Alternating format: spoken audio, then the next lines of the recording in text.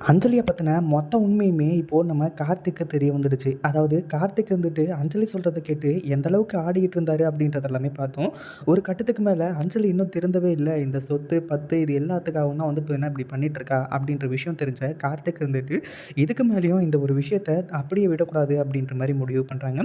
அதுலயும் இன்னொரு ஒரு சிறப்பான சம்பவம் நடக்குது. என்ன அப்படின்னு பார்த்தீங்கன்னா, மறுபடியும் நம்ம கார்த்திக் இருந்துட்டு பிரியாவ மீட் பண்றாங்க. ஆரம்பத்தில பிரியா மேல பயங்கரமான கோவத்தில தான் இருந்துட்டு இருந்தாங்க. ஆனா, பிரியா இருந்துட்டு, "நீங்களும் அஞ்சலியும் இப்ப சந்தோஷமா தானே இருக்கீங்க. ஒண்ணும் பிரச்சனை இல்லல்ல. அது மட்டும் இல்லாம கௌதம் அண்ணன் வந்து இதெல்லாம் கேட்டதுனால தான் நான் பண்ணேன். நீங்க 2 பேரும் ஒண்ணு சேரணும் அப்படிங்கிறதுக்காக." அப்படின்ற மாரி வந்து சொல்றாங்க. கடைசியில வந்து பார்த்தீங்கன்னா, "நாங்க 2 பேரும் இன்னும் சரியா அதாவது ஒண்ணு சேரல.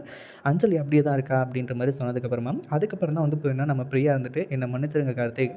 உங்கள லவ் பண்ற மாரி நடிச்ச அந்த டைம்ல, நான் வந்து பார்த்தீங்கன்னா, உண்மையிலேயே உங்கள லவ் பண்ணிட்டேன்." அப்படின்ற மாரி வந்து சொல்லிட்டு இருக்காங்க.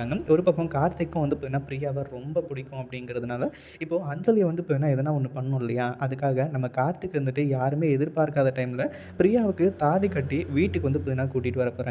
இது உண்மையிலேயே இந்த அஞ்சலிக்கு மிகப்பெரிய அதிர்ச்சியா தான் இருக்க போகுது. இந்த வீடியோ பிடிச்சிருந்தா லைக் பண்ணுங்க, ஷேர் பண்ணுங்க. இப்ப தான்